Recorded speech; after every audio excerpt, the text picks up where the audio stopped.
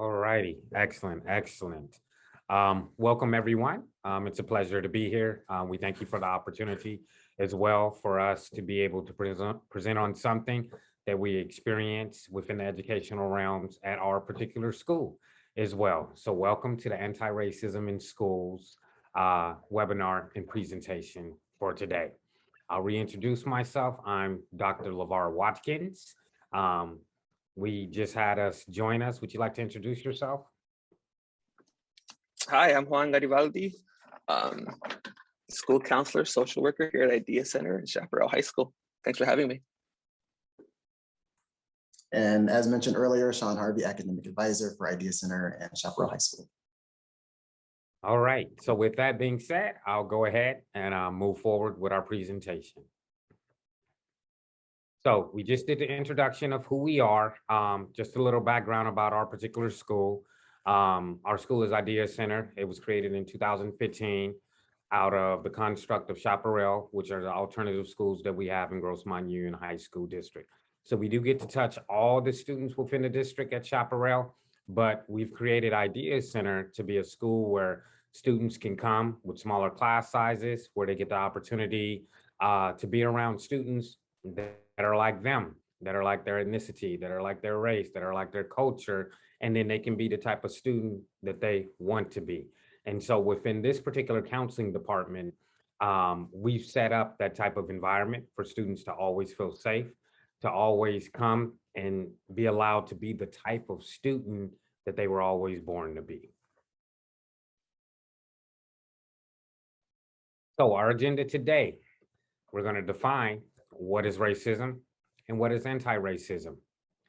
We're going to explain to you all and give you a deep explanation of what the experience is that we have on this particular campus and how it can be modeled at your campus.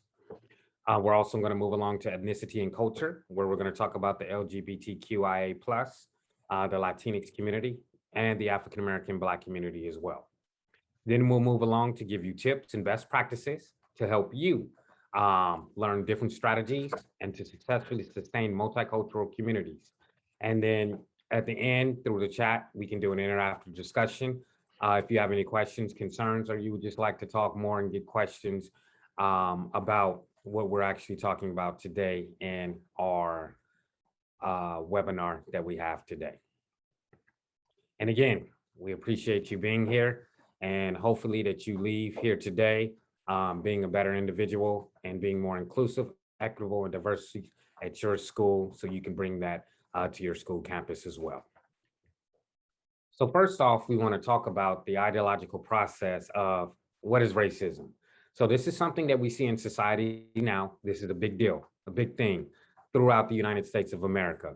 And it's more prevalent in schools as well, because a lot of times students don't really understand when it's happening, or if it is happening, they don't really know how to handle it. So what I always talk to people is that you have to understand something before you can actually attack it. So when we talk about racism, we just want you to understand that racism, it's different from racial prejudice, because that's something that you do, and it's different from hatred or discrimination.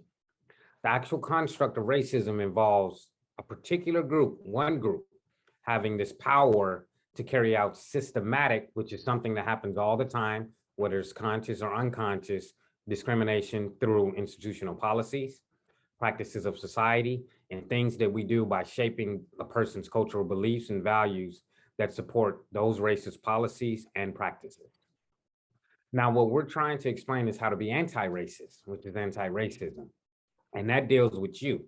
The active process of identifying and eliminating racism, because now you know what it means, by changing the systems, the organizational structures, the policies, practices, and people's attitudes, so we can minimize and take away that power and make sure that it's redistributed and shared amongst everybody in an equitable manner.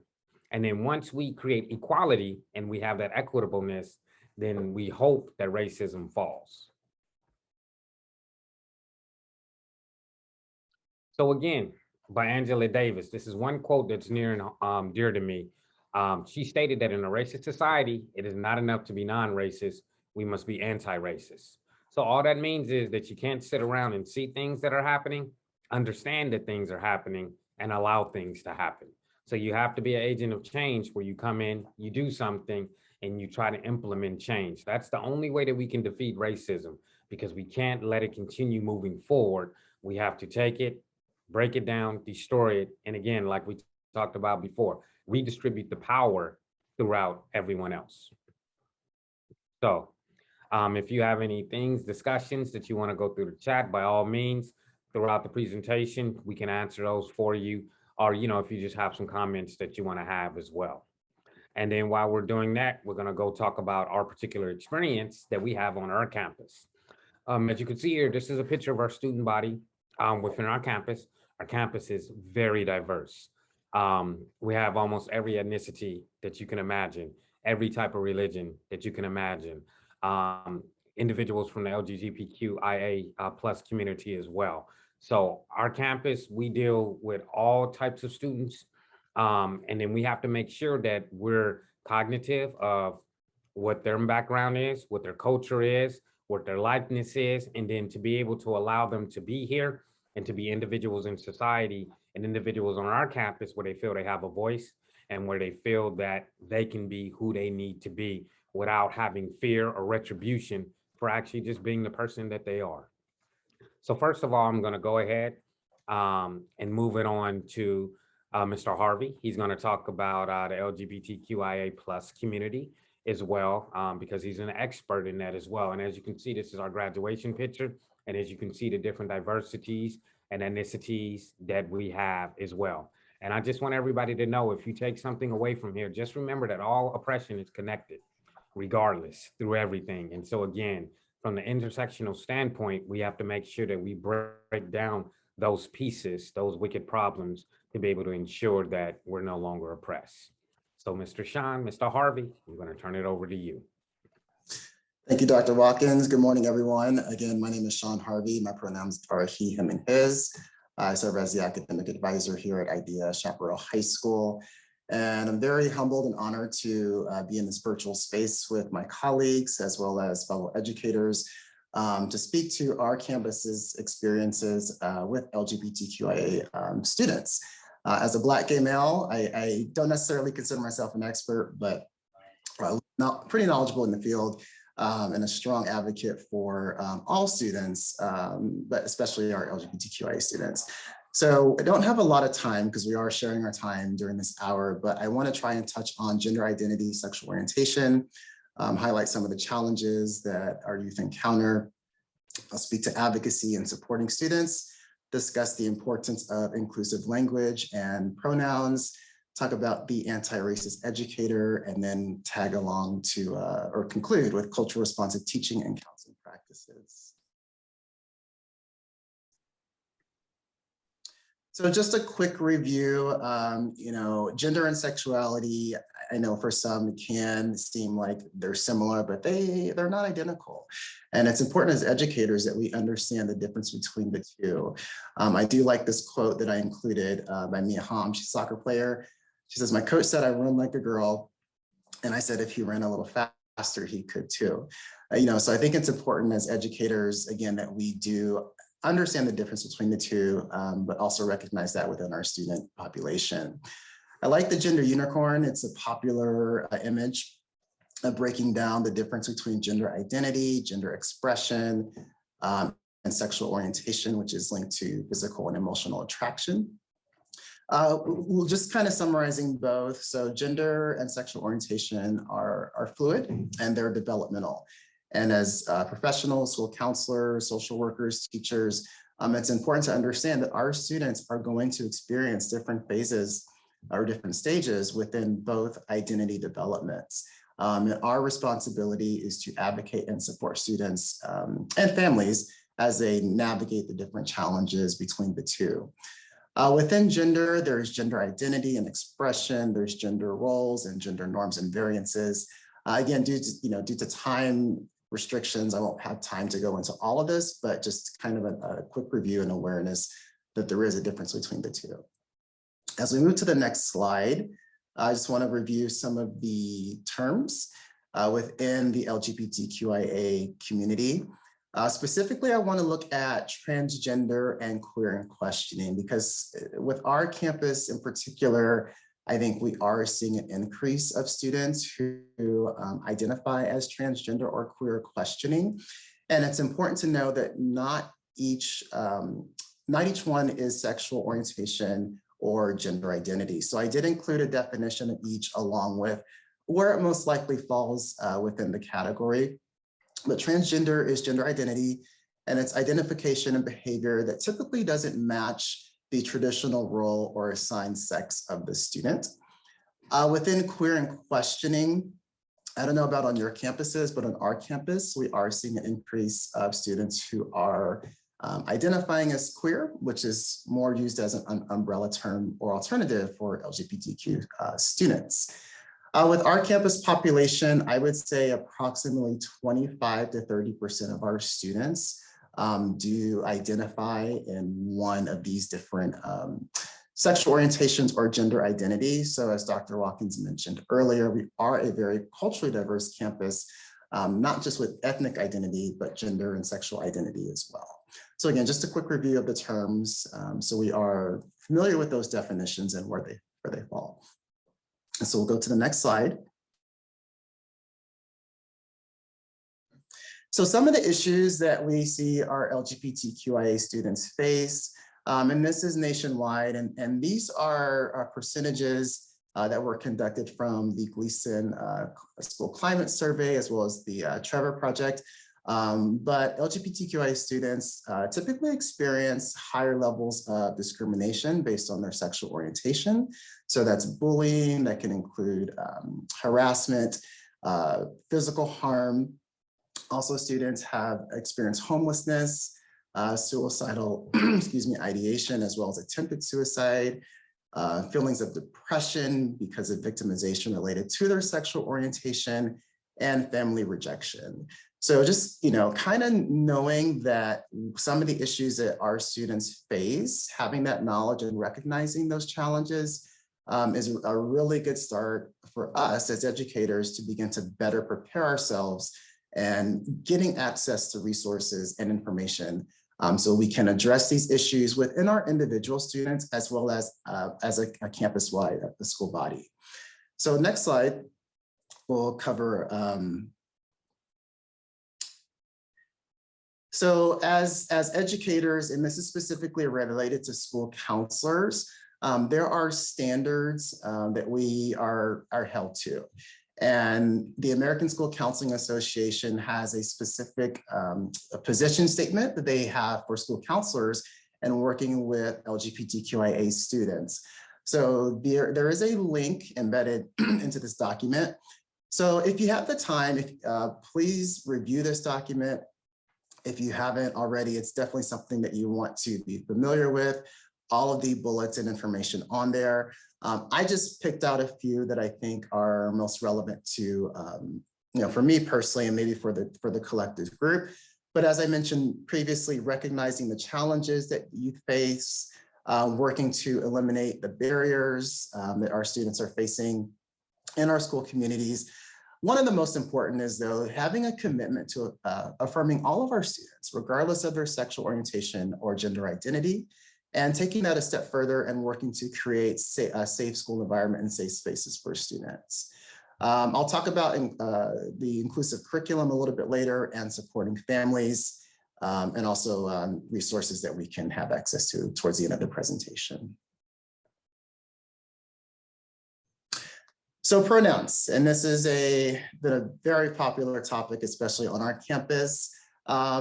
Ask, respect, practice. If there is a question or a doubt or uncertainty about a student's pronouns, ask. It's not deep, profound, it's pretty simple. Just ask the student. We are moving away from using the term preferred pronoun and really just a pronoun. And that is typically preferred as something where students may look at as, well, if I have a choice, this is what I prefer. Or if you're giving me the option, this is what I would want. No, it's just pronoun. Because as educators, we must recognize that it's not a preference for the students, it is a must, it is an absolute. So let's kind of change our language in conversations, and instead of asking students, what is your preferred pronoun? Just simply, what is your pronoun? If we're speaking to students in a classroom, I think it's helpful to introduce ourselves using our own individual pronouns. And this can help reduce or demystify the idea that pronouns is specifically for transgender or gender nonconforming youth and adults. So these are just kind of some best practices that we can think about and try to implement on a regular basis within the students that we serve. I do have an image that's going to be running through a couple of my slides, and it says, what if everything you said matter? So that's a theme specifically for my portion of the presentation that I want us to think about and reflect upon, that the things that we say to students do have an impact. And so if we just take a couple seconds to consider that and reflect upon that what we say actually matters, it can really help increase the relationship that we have with our students. So next slide, we'll talk a little bit more about pronouns. There's a chart here listing gender pronouns. And again, there are links embedded into some of the pictures. Just a couple rule of thumbs. If you are working with a student and you accidentally use the wrong pronoun, apologize. You know, it was recently I had a student that I referred to as the incorrect pronoun. The student corrected me, and it was a simple apology. Thank you for bringing this to my attention. And then moving forward, I will make an effort to refer to you with the correct pronoun. So we're going to make mistakes. Mistakes are common, but just being accountable for the mistakes that we make and make an effort to again, affirm the student based off of what they're asking us to refer to them as. Okay, next slide. So just some practices for incorporating inclusive language within our conversations with students individually, within small groups, or within the classroom. If you're giving a presentation to students, and let's say you're passing out, a transcript, you're talking about graduation requirements, using the student's last name is definitely a good practice to have, just in case the student's birth name is not synced up with what's on the student information system. And so again, just referring to the student by their last name. If you're in the classroom and at the beginning of the semester, consider passing out note cards to students so they can write their names. If they do have a name that they go by or a pronoun, they can include that on the card, and that way it's something that you can have record of. Also in email signatures, Zoom meetings, again, consider incorporating the use of your own individual pronouns, again, so it can send a message to students that you're a safe person, this is a safe space, and that you welcome and accept all students regardless of their pronouns. Again, continuing with using inclusive language, gender neutral pronouns such as they or they, when referring a student, using language, again, speaking to a large group of students, if you use the word students or juniors, depending upon the grade level that you work with, friends, scholars, all. Again, these are ways to eliminate the usage of hey guys, hey girls. Again, so because we're going to have students within our groups that don't necessarily identify as male or female. In addition to that, if you're in a classroom, and using descriptive language is also a powerful tool as well. So for the example here, if you're distributing a piece of paper, instead of saying, hey, can you give this piece of paper to that male or female in the corner, maybe consider it to the student who's wearing a white t-shirt with brown hair. So again, that's another powerful tool that we can use with inclusive language. And again, the communication that we send to parents and guardians, just maybe considering, whether it's email or letters that are being sent, removing the words son or daughter and just incorporating student. Again, these are very simple practices that I think a lot of schools and districts are embracing or open to embracing, but just things that we can reference to or just be in remembrance about. Remember, it takes practice. We're going to make mistakes. Nobody's perfect.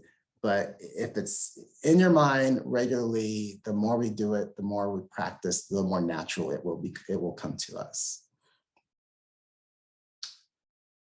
Just kind of being knowledgeable about some of the legislation that has gone out. So I'm not going to spend a lot of time on this. AB 1266, the School Success and Opportunity Act, really just provides additional guidance to schools to ensure that their facilities are, students can have access to this facilities and activities that they can, regardless of their gender identity. There is a link to this FAQs in this PowerPoint as well to this slide. So I definitely recommend reading up a little bit more about this if you haven't already done so. It's a very informative piece of legislature that I think all educators should have at their hands and be knowledgeable about. All right, next slide. Okay, so last couple of things, and then I'm going to turn it over to my colleague Juan, just again for the sake of time. So the topic of this workshop is really talking about anti-racism in schools. And the meat of my portion is focusing on the anti-racist educator, specifically with LGBTQIA students. And one of the things that I want all my students to know is that I'm a safe person. And what that means is I will not judge you, I will accept you, I will affirm you, circling back to the ASCA statement for supporting LGBTQIA students. So being an anti-racist educator encompasses a lot, and this presentation alone could be a whole separate workshop. But just some quick things to run through is recognizing biases or unintentional expressions of biases, talking about microaggressions, micro-insults, micro-invalidations.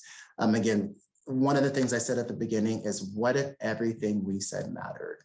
So just taking the extra effort to think about the biases that we have, because at times everyone has them, and at times we will unintentionally engage in microaggressions, but just taking that a step further to recognize those comments or those behaviors. So looking at a micro-invalidation, and I see the question about microaggression, but I want to talk about micro-invalidation really quickly. So if you have a student who reports that they are being bullied by another student, let's say, they tell you Johnny is constantly picking on them and, saying inappropriate things. And if I were to say, well, Johnny is just, kind of having a hard time or whatever I were to say, but not validating that that student is expressing that Johnny is picking on them because they feel that they're a target for, because they might be gay or lesbian or whatever, then I'm not validating what that student is telling me. And this can be a little bit tricky. And as educators, we have to be careful how we navigate these conversations. I think it's most important to remain non-judgmental and objective and open-minded, but also to get away from micro-invalidations or even micro-insults or microaggressions. For example, if I were to make a reference or if Dr. Watkins were to make a comment to me, Shaun, it's good to see you on this webinar. I'm surprised to see you on this webinar. Perhaps that could be taken as a microaggression. So again, just being aware of what we're saying, thinking twice before we say things, because they do have an impact on our students. So validating students, normalizing their feelings, remaining objective are all really good tips as we practice being anti-racist educators. And next slide, please. Okay, culture responsive teaching and counseling, just to kind of highlight a couple of things here. It starts with being a culturally competent educator. So that's just having an awareness of understanding of the different cultures that are represented on our campus, but taking that a step further and again, reducing or eliminating microaggressions to better connect with students and supporting the needs of all of our students. Within this, we can explore a little bit more transforming the school curriculum to make it more cultural responsive for students. And there's different steps that we can do to pursue that. Some schools and districts have implemented gender support plans or even gender communication plans. I believe the County Office of Education has a really good template for that, as well as San Diego Unified. The district that I am in, Grossmont District, also has a gender support plan for students as well. So with this, it's important to know your school community and your student community and your student body. before you consider if a student should have a gender support plan or not. So again, just being aware of the student and their individual needs, the family dynamics, before considering if that is applicable or important for your student. Next slide. And the last thing here, there are some activities that you can host on your campus to support LGBTQIA students. There are links within each image: the Day of Silence, No Name Calling Week, Mix It Up Week, the one at the right, Think Before You Speak. So just to give you access to some of the resources, if you are considering, which I hope you are, if you're not already offering or sponsoring these activities on your campus, these are just some things that you can think about exploring to better support your students. So thank you for your time. At this moment, I'm going to turn it over to Juan, our school social worker.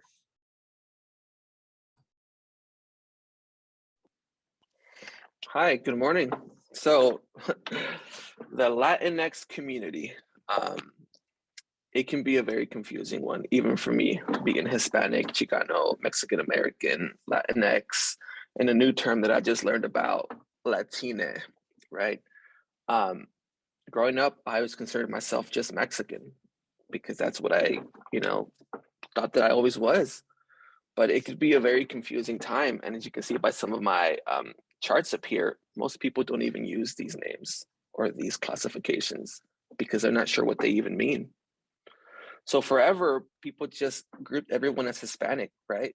Someone that came from a Spanish-speaking country was Hispanic, but not everyone speaks Spanish that comes from those countries, right? So this Latinx term got started to describe anyone with Latin roots. And even then, people still complain about that classification. So we created Latina, which is supposed to be easier to pronounce for only Spanish-speaking people. But I speak Spanish, and Latina sounds really confusing to me. So I don't think any one term is really appropriate to describe everybody. So let's keep that in mind. I really wanted to take this time to share my experience being Hispanic, being classified, and just my experience with racism, because I think it's one that we don't share enough with our individuals and our students, because everyone has a unique story. And I think the story is what makes us unique. So if you have time, either now or after the presentation, please review some of these statistics and you'll see how much of the actual Latin community doesn't even know what to classify themselves as. So we can move to the next slide. Right, so my personal story, because I think these stories matter so much when actually working with your students, because just learning a person's story is going to help you understand them so much more. Right, so I was born and raised in San Diego from two illegal immigrant parents. One was from Mexico City and one from a little beach town called Nayarit. Right, I went to elementary school in Cabrillo Elementary School in Point Loma. I went to middle school in Pershing Middle School, which was in San Carlos. And I went to Patrick Henry in San Carlos as well. All these schools, majority white. I always was the minority. I didn't even learn how to speak Spanish until I was in about 3rd grade, right? And I remember from my very first year in elementary school, remembering teachers telling me, why don't you speak English? Right? Or even saying things to my parents, like, you need to learn English because I can't communicate with you. In middle school, countless times did I not hear, go back to your country, but I was born here. So which one is my country, right? Even in high school, teachers telling me that I wasn't gonna amount to anything because I have immigrant parents, right? Let that sink in. How many of us have actually had these things said to us as children by adults that are educators and are supposed to be our role models and teaching us how to treat others with respect and dignity? Luckily I had some great educators that took the time to learn my story and understand my family and be empathetic and build rapport with me and actually motivate me to reach higher levels, not just for me, but for my entire culture, my entire demographic, so we can change the narrative from not being from this country to only being illegal immigrants that just mow lawns and paint your house, to, you know, being the people that teach your children. And now I'm happy to say I can be a role model for all the students that look like me and have similar stories. I like sharing my story because so many of our students have similar stories. They might not be exactly like mine, but being so close to the border, a lot of students do share my story, and even more difficult stories. I hear all the time of students that are here by themselves or live with a relative or an aunt or an uncle, and their parents are back in Mexico because they couldn't make it, right? So take a second next time you're working with our students of any gender, of any nationality, of any race, of any culture, and really think how hard their families had to work to be here. Because to this day, I experience racism. I graduated from Pueblo Manazran University. And when I pulled up to my graduation, the parking attendant asked me if I was in the right place. You know, so it happens every day. And I think being mindful and learning these stories really helps us as educators realize the struggles that we all go through every day. And it matters. I really think it does matter. Knowing your students is going to help you help them. Understanding that maybe when they get home, they have to babysit all their cousins or their siblings because their parents have to work, you know, 80-hour work weeks because they have a low-paying job so that their kids could have a brighter future. You know, be empathetic of family situations, of the cultures, of religion. It's really, truly going to help you better understand the people that you're working with and their cultural needs. If we can move to the next slide, Dr. Watkins. And unfortunately, these are some of the things that the Latinx, Hispanic, Chicano, Mexican American, Latina community hears every day. I hear this every day. To this day, I've heard several of these things on a weekly basis. You know, wetback, speak English, beaner, you're illegal, build the wall, mow my lawn. Hey, does your dad paint houses? And you know what? He does paint houses and he did mow lawns. And he did have a wetback because he worked extremely hard to give me a better opportunity. You know, but understand that your students do hear these things every day and they're traumatic and they cause a lot of trauma. And these things you don't forget when you hear it as a child. You know, so maybe when you have students in your office for behavior reasons, you know, stop and think why they're there and how much they hear these things and who's saying them and why it's important to process these things and why it's not okay that these things are still being said. But racism and prejudice are alive and thriving to this day. And I think it's up to the individual, every single individual, to stop these things from happening and spread awareness that they do still happen. But at the end of the day, I'm not upset that I heard these things because they were my motivator to be where I am now. You know, now I have a master's degree from the University of Southern California, somewhere where a lot of my teachers told me I would never amount to anything. But take a second, next time you work with, you know, any student, to realize some of the struggles they've been through to be where they are today. You know, and more things to consider, right? Latinos in the US are a thriving population. You know, in California, we are now, and I say we because I consider myself part of this demographic, we are the majority. You know, our buying power is $1.2 trillion. That's a lot of money that we invest back into the communities that we are shunned from, right? We are hardworking people. 1 in every 4 children are Hispanic or Latino or Latinx. You know, our numbers are going to continue to rise, and I hope they continue to rise in a productive way in society.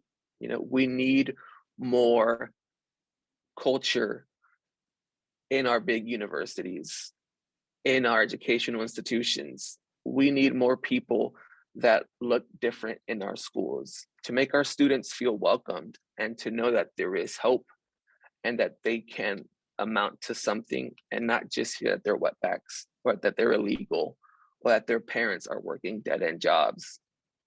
You know, it's important to remember and really remember how important every culture and every race and every ethnicity, we are important to our entire country. We are a melting pot in the United States. And I think we need to do a better job of being inclusive to everybody in our country.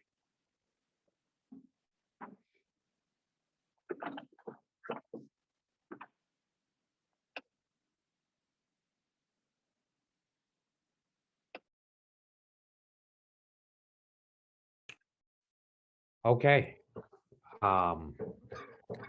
Hopefully, you know, you all are understanding, you know, the perspectives that we're coming from. And I appreciate our dynamic team that we have, you know, because we're a mix of a team from those types of different ethnicities, those types of cultures that we have. And that's why we can bring that type of experience to our campus, you know, and help our students the way that we do. But, you know, we know all campuses aren't aligned the same. They're all different. But again, we want to give you a synopsis, a little perspective of each of these things so you can go back to your schools and be able to help out, you know, your cultures, your students, and allow them to be able, again, to feel good about themselves and to be representative of themselves. So the next portion we'll talk about is the African American and the Black community. This is a little bit dear to my heart because my grandmother, who's the one that actually raised me, she was a true slave. She was actually a slave from Mississippi. In that picture there where she actually picked cotton. A lot of times, you know, throughout my life, people always were saying that slaves were taken from Africa. But just to set the record straight, it's not actually true. People were taken from Africa and then they were actually made into slaves. So again, there's a lot of historical perspective that's here that exists that a lot of times, you know, because African Americans have been here so long that we begin to forget about the past and forget about things that occurred. So I'm a proponent where you always have to look back at the past. You have to look at the truth. Yes, in America, we did have slaves. Yes, in America, we did have people pick cotton. Yes, in America, we did have slaves who had chains around their necks. Yes, we had, through historical perspectives, kids were trying to go to school. Yes, they did get hosed down just because they were trying to go to school to get educated in a country in which that we considered where everyone is free. We did have a president, you know, that created the Emancipation Proclamation that allowed us to be free. And then again, as you noted, which is why we have Juneteenth, that we actually still weren't free because they didn't tell everybody in America that we were free. So people were still doing the same things that they were doing. Then we had the Civil Rights Movement where we had Dr. Martin Luther King and other people that came and tried to do things to change things. And I don't feel that it was a change just for African Americans and Black. It was a change that allowed African Americans and Blacks to have the same level of equality as everyone else in America is. And that's the dynamic that we have to understand that it is with America. We're a country, we're a place that allows everyone to be able to be here, to be somebody that's representative, to feel that they belong here and that they're part of this country. But again, as we move forward, we still have to understand that we do have this history, and it's the history that made the country what it is, that defines us. But from that, we did get some good things. We did go into a great direction, and then we need to continue that momentum. But as we continue that momentum, we want to ensure that we didn't forget the things that happened, so we can ensure that certain things aren't continuously happening throughout society as well.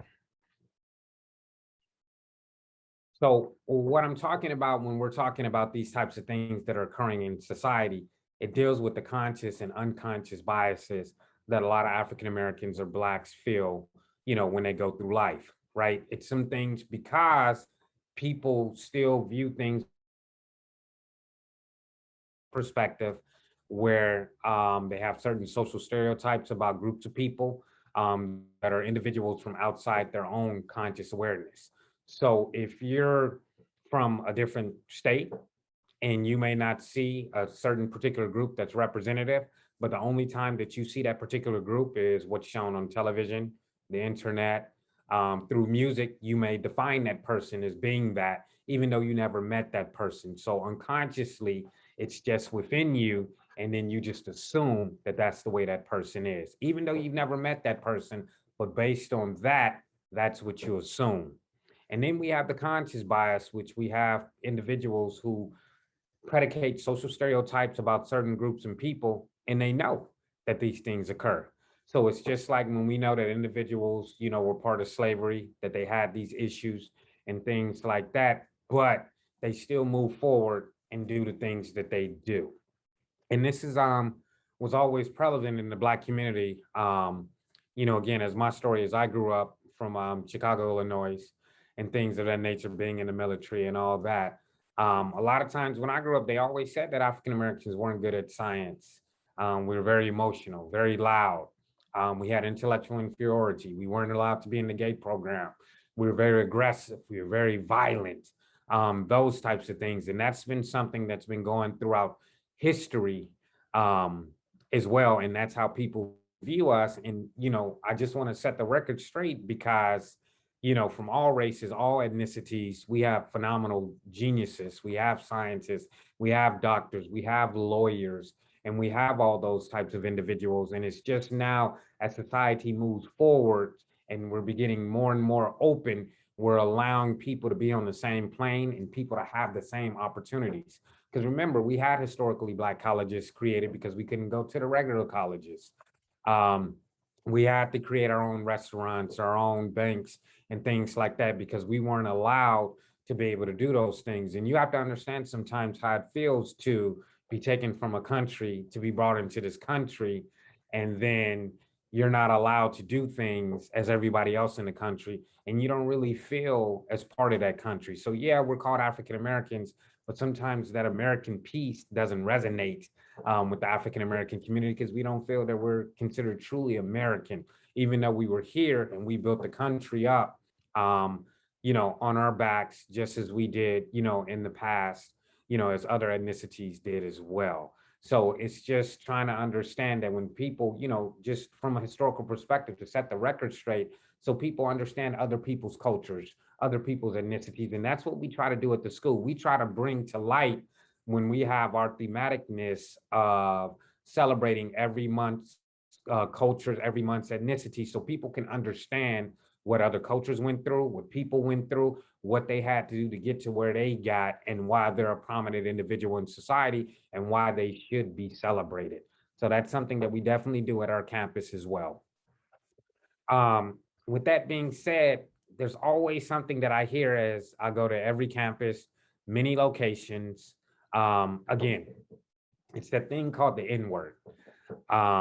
Again, and that's prevalent in the African American community. And I think sometimes we don't talk about it enough, or we don't bring it up enough, or it's become so commercialized that we just allow it to be what it needs to be. As I've been through society, I've seen the N-word morph and change to the point where I believe in current society, it's not thought of in a bad way. This particular generation, our younger generation, they go around, they say it, with no reservation. They try to change the word to put the A on it, and say it's different. We took the word back, we have the power. But the problem with that is that, we didn't create the word. The word was always derogatory. It was always a word that was always utilized to bring us down, to show that African Americans were worthless, that we were not equal to anybody else, and we was the less superior race. So, by changing the word and doing those things, the power of the word didn't actually dissipate. Even when people talk about appropriating the word, reappropriating it, trying to change it, to make it different, to change the definition, to construct the construct, it's still the same thing.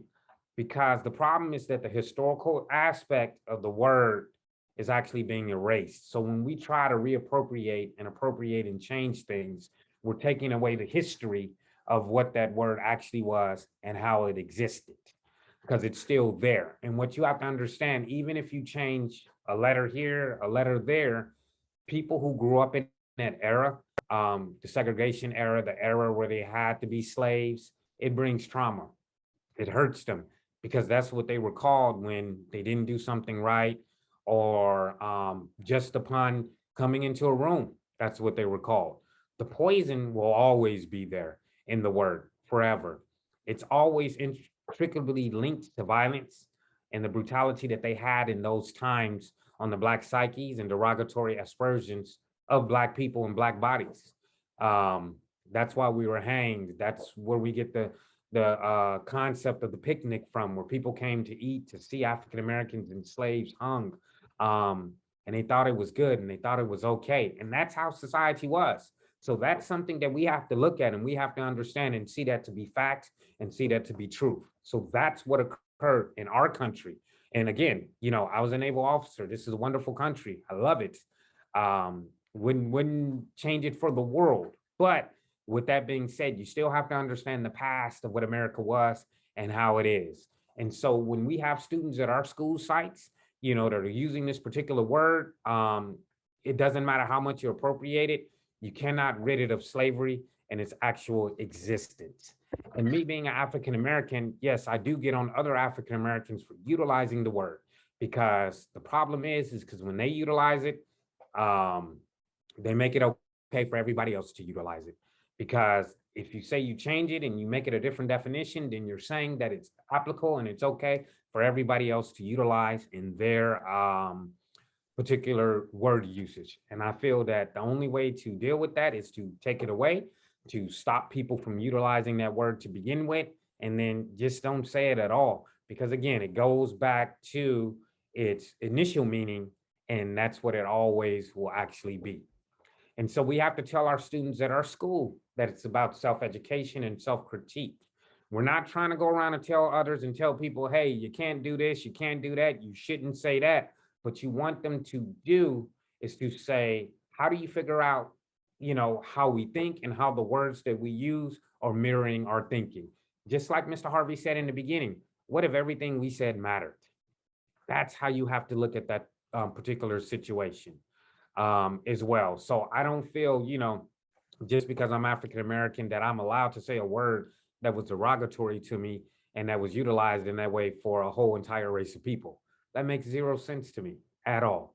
So that's why we have to be those types of individuals where we have to go, we have to bury the N word and all words in general that hurt. And that's derogatory words to females and things like that, because we have the culture too, where people do that and they say, hey, well, I'm a female, I can call another female this, but you can't, because the word still means the same thing. And it's always intent was to harm.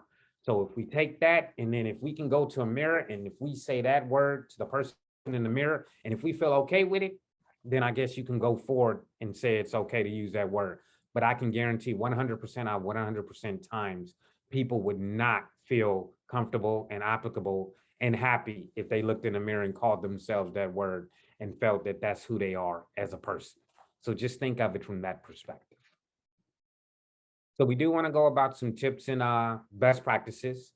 One thing that we'll tell you when you get to your school, you have to understand that racism stops with you, and you as the individual. The way that you can go against racism and discrimination and anti-racist individuals, to be an anti-racist educator, you have to educate, which means you have to read. Yes, you do. We still have to read and read and read, because that's how we learn. It always says knowledge is power. You have to be aware of what's happening around you. There we go back to the unconscious and conscious bias. You can't walk through society, you can't walk through your school not understanding what your student body is, what your student body is about, what your culture is, what the religion aspect is on your culture, what type of gender is on your school. You have to know those things. You have to be in tune with that. You have to be able to embrace that. You have to want to go out and want to know and learn more about it. Yes, everybody doesn't know anything. Everybody doesn't know everything, but you have to put yourself in a situation where you're seeking out. And the best way to do that is to allow the people in those cultures, those ethnicities to come out and talk about and show us and teach us and let us know. So that's something that I definitely challenge you to be able to do, to go out to do things where you're doing things collectively your campus that brings forth diversity, inclusion, and equity and all these facets so we can be able to understand our student body, because your student body is the same mirror of a student body that's outside, that's going to be in the other workforces, that are even in your own family. And then also we have to be able to have the ability to report. So when we see things that aren't being done right, you should step in and you should do something. You should make sure that you be a bigger person to try to change, to try to make things right, and try to bring awareness and talk about and put people correct in their spaces. Okay, so that's what we have to do as well. So within the site at the end, when you get to it, we put these alternative resources so you can click on it. There's a link in it. It'll take you to all these wonderful books that we have. And this is something that I talked about as well. You know, knowledge is power. These people are experts in what they do. And just read different books about different things. And maybe perhaps you can have a conversation, a dialogue, Socratic discussion with people in your school so you can talk about these things and figure out a plan, an anti-racist education plan that you're going to utilize at your school to be able to implement, to make sure that we bring down these intersectional walls and destroy the walls of intersectionality, to try to get rid of these wicked problems within our schools as well. So, Mr. Harvey, Mr. Juan, do you have anything that you would like to add towards the end? We also have a couple questions in the Q&A. So let me go ahead and ask those, and whoever would like to respond. CRT is a hot topic right now. How do you suggest doing this work and combating this inaccurate perception on anti-racist work and teaching? I'm going to assume they're talking about critical race theory. Yes, that's correct. Such a difficult topic to address in a school setting. I think if you're going to address any of these topics in a school setting, you have to be open to being uncomfortable. Definitely being open to hearing different viewpoints, conflicting arguments, and really have a strong sense of restorative practice and motivational interviewing, and being able to delegate between different opinions. I don't think there's a right or wrong way to touch upon this subject or to teach it, but definitely doing your homework and being prepared and knowing your student body would definitely help. Pick some leaders on campus from every kind of demographic, every kind of culture, every kind of race, you know, to make it an open conversation. You know, don't hide these conversations. I think the more you have them, the more inclusive your campus will become.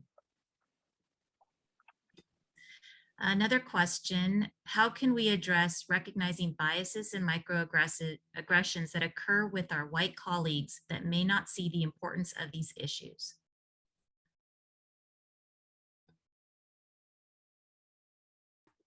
Well, first of all, you have to have a cultural relevant campus to begin with, right?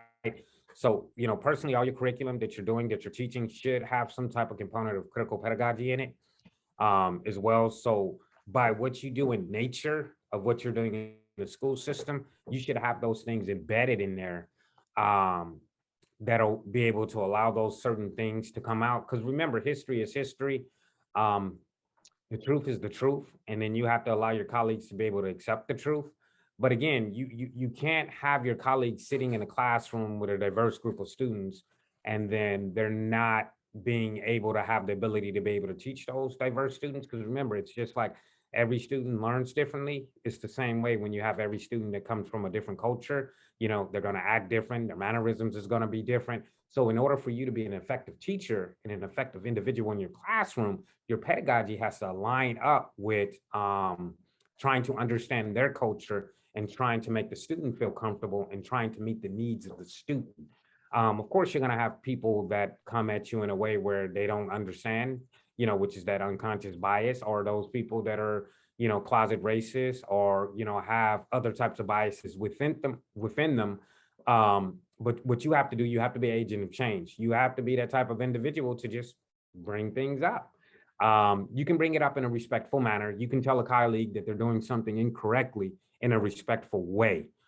Just understand that you may get some backlash. Just understand that, you know, they may not like you anymore. or those types of things. But at least, because remember, we do things for the students, because the students may not have the ability to speak up, but we as adults need to have the ability to speak up.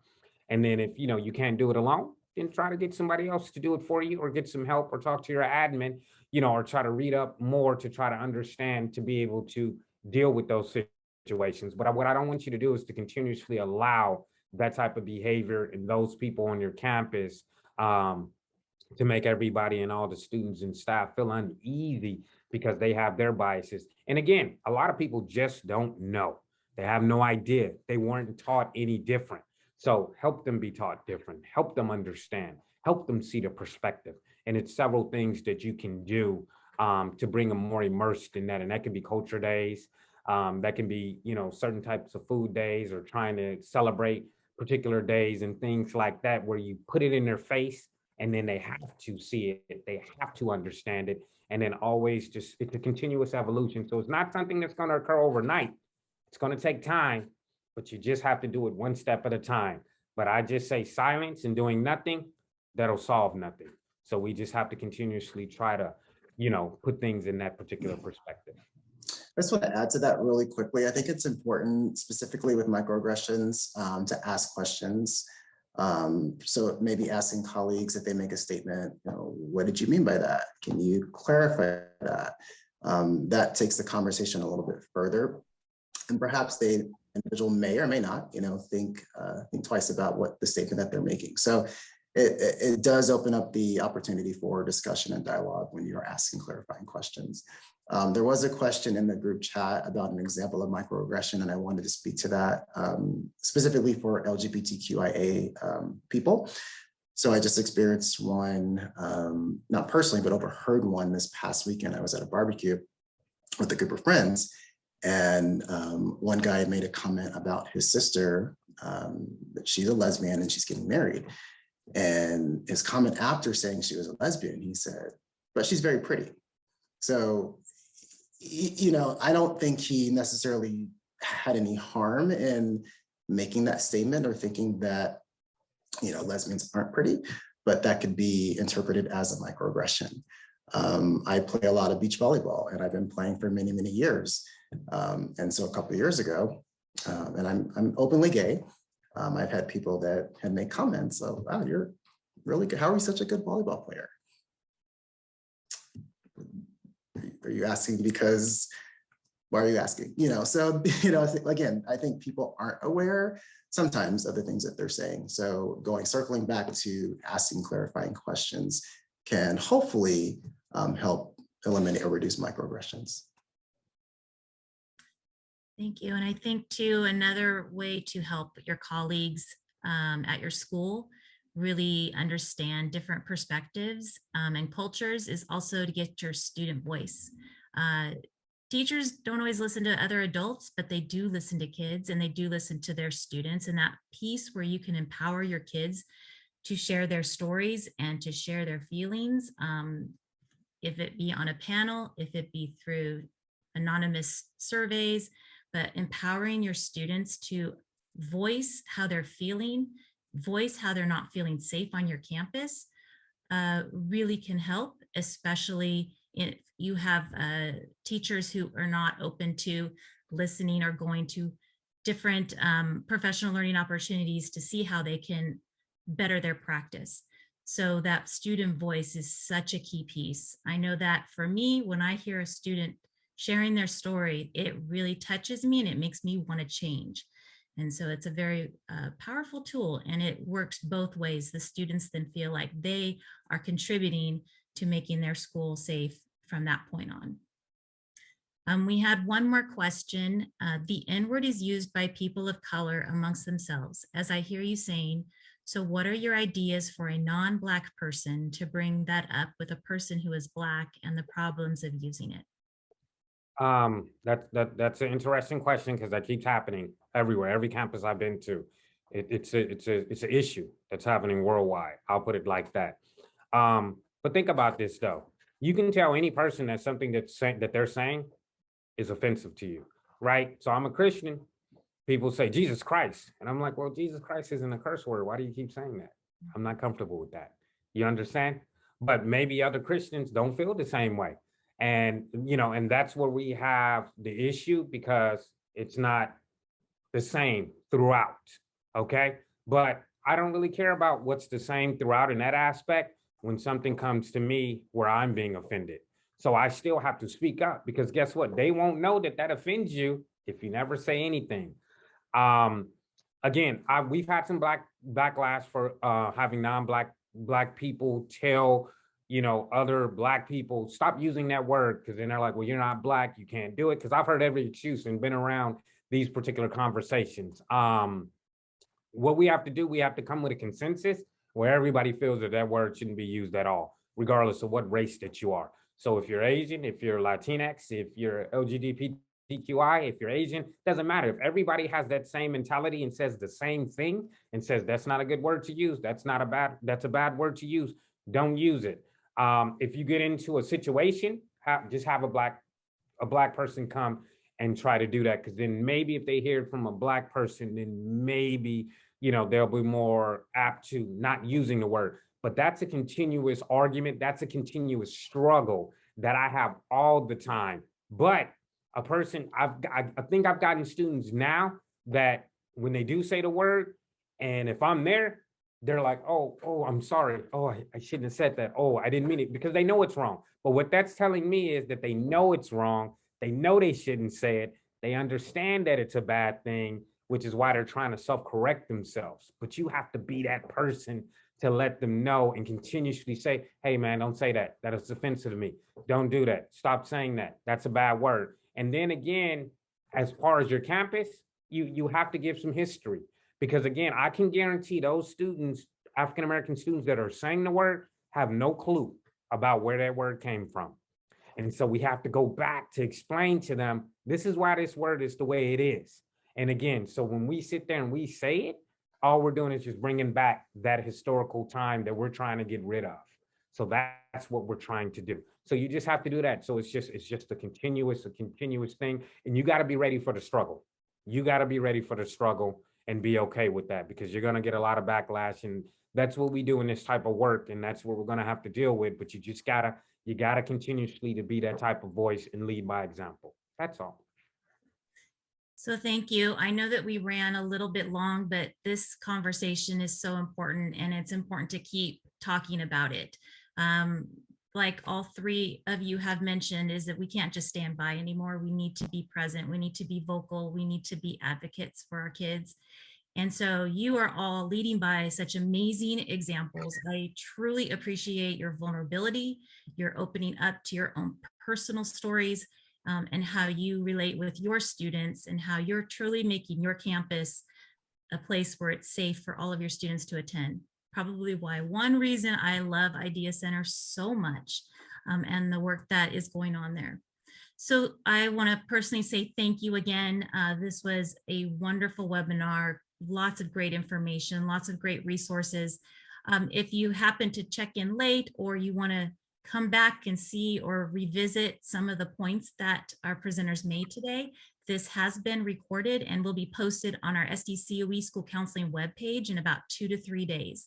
So please send this message out. It's one that we can't, again, stop talking about. If you could take a moment and fill out the survey that we have. I know that Zarette has put that into the chat. If you could just fill that out and send some positive messages to our presenters, there's a spot for you to do that. And just let us know what you learned today and what you want to take in and what you want to change on your school campus. So thank you, Dr. Watkins. Thank you, Juan. Thank you, Shaun. Thank you so much for putting this together for us here in San Diego. You three are amazing, and we are so thrilled that we can tap into you as a resource and ask questions that we may not feel comfortable asking other folks. So thank you again for being here. Thank you all of you that participated in today's webinar. And tomorrow is our last one. So if you can, come back and check us out. So thank you again, everyone, and have a wonderful day. Take care, everyone.